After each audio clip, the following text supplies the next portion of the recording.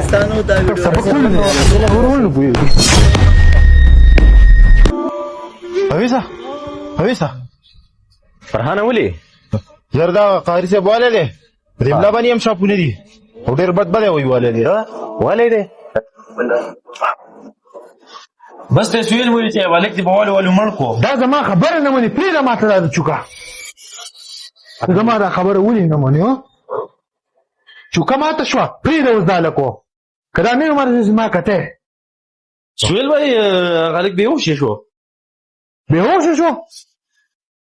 سویل ولي صاحب دا لګ بیهوش شو دا شونډې هم تورې شو دي هغه سویل په گزار کا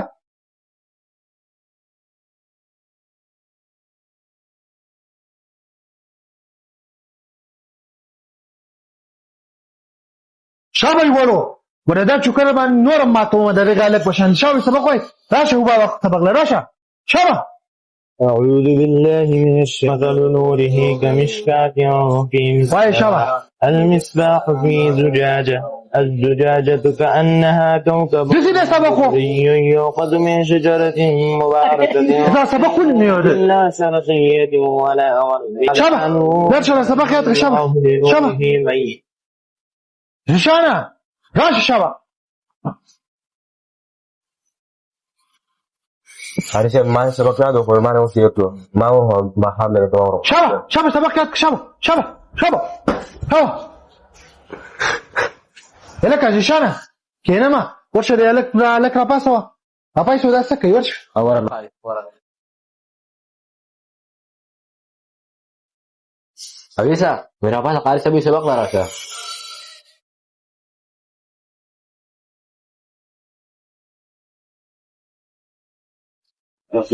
قاری صاحب غالک بیهوش دی خالص صحیح ده دا دوسته ورا پاسي دا خپل سبق وایي دا صحیح ده قاری صاحب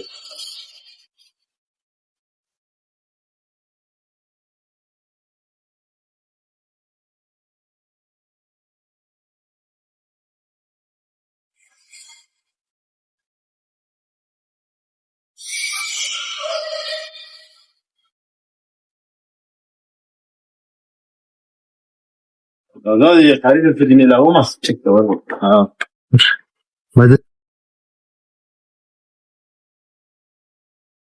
نشانه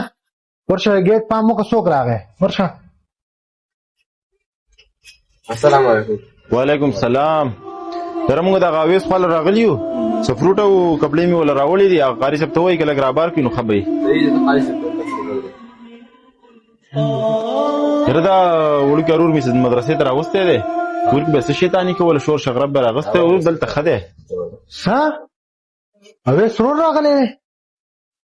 ورته وایه کنه وایه اوه سبق ته ناست سبق وایو تیم دې خرابېږي وایه سامان ما کوي ولا کیدو ښه ورشه قاری صاحب هغه اوس سبق ته ناست و سبق اوري به ټایم خرابېږي تاسو دا سامان من نه کړئ به ورته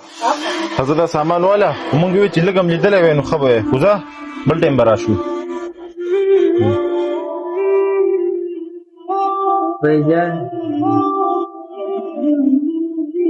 یاره دا غاویس आवाज ده زله ګورزم پامې کومه بیجانه هویسا بیجانه هویسا ولي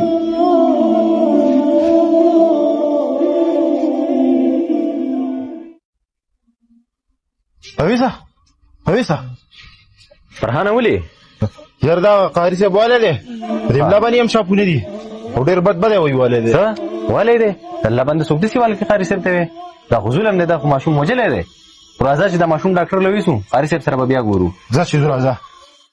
زمونږ په معاشره کې بعضی مدرسې داسې چې هغې کې چې دنده څه کېږي نو هغه د بار خلکو ته پته نه لګي ورونو دا ډېر زیات ظلم دی دوی اصل کې ناسې پیسې راټولوي د دین په جامه کې صحیح شو په دې کې خلک دوک کوي ورونو تاسو چې کله خپل بچي په مدرسه کې داخلوئ د دې مدرسې مکمل تحقیق کوئ کم ماشومانانو چې په دغه مدرسه کې سبق ویلی دی دغو نه تاسو تپوس وکئ چې د مدرسې کې دنده څنګه ماحول په دې کې څه چلونه کېږي نو هغه به تاسو ته وایو او تاسو هم مهرباني وکئ چې لږ د خپل بچي نه تپوس کوئ چې کله بچی په چټي باندې راش دی ته وایي چې بچیا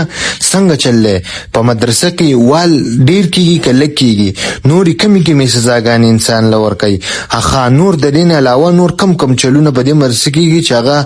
په دین کې ناروا دي نو که بچو درته ویلو چې بابا داسې چلونه به کېږي نو فورین خپل بچی د هغه مدرسې نه راوباسئ او په هغه مدرسه کې داخل کړئ چې هغې ته قرآن او حدیث ښودلی کېږي یاد لرئ چې زه ټولې مدرسې نه یادوم بعضې مدرسو کې دا چلونه کېږي